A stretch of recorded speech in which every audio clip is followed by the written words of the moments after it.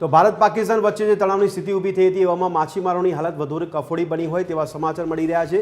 આ તણાવની સ્થિતિમાં માછીમારોની હાલત વધારે ખરાબ થઈ હતી ત્યારે તણાવ વચ્ચે માછીમારી કરવા પર પ્રતિબંધ મૂકવામાં આવ્યો હતો, જેને લઈને તેમની હાલત કફોડી બની હતી। ત્યારે માછીમારોની હાલતને લઈને માછીમારોને ઘરનું ગુજરાન ચલાવવું પણ ખૂબ જ મુશ્કેલ બન્યું છે। દરિયા કિનારે પગડિયા માછીમારો રોજનું કમાઈને રોજ ગુજરાન ચલાવે છે। એવામાં અનાજ કીટ ફૂડ વિતરણ કરી સહાય આપવામાં આવે તે બાબતે જિલ્લા કલેક્ટરને આવેદનપત્ર પાઠવીને રજૂઆત કરવામાં આવી હતી।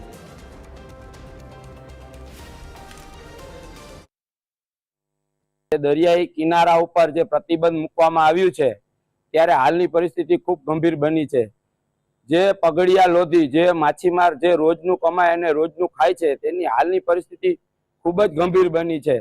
તો સરકારશ્રીને એટલી રજૂઆત કરવામાં આવી કે હાલમાં જે પરિસ્થિતિના કારણે જે 500 જેટલા પરિવાર જે ખૂબ જ ગંભીર પરિસ્થિતિના કારણે રોજીરોટીના ફાફા થઈ ગયા છે, ત્યારે સરકારશ્રી આને ધ્યાનમાં જોઈ અને ધ્યાન દોરી અને આ લોકોને જેટલી સહાય મળે અનાજ કીટ ફૂડ વિતરણ વગેરે જેવી અન્ય ઘણી વસ્તુ જે સરકાર દ્વારા આપવામાં આવે તેવી અમારી માંગ સાથે કલેક્ટર શ્રી સાહેબને રજૂઆત કરવામાં આવી।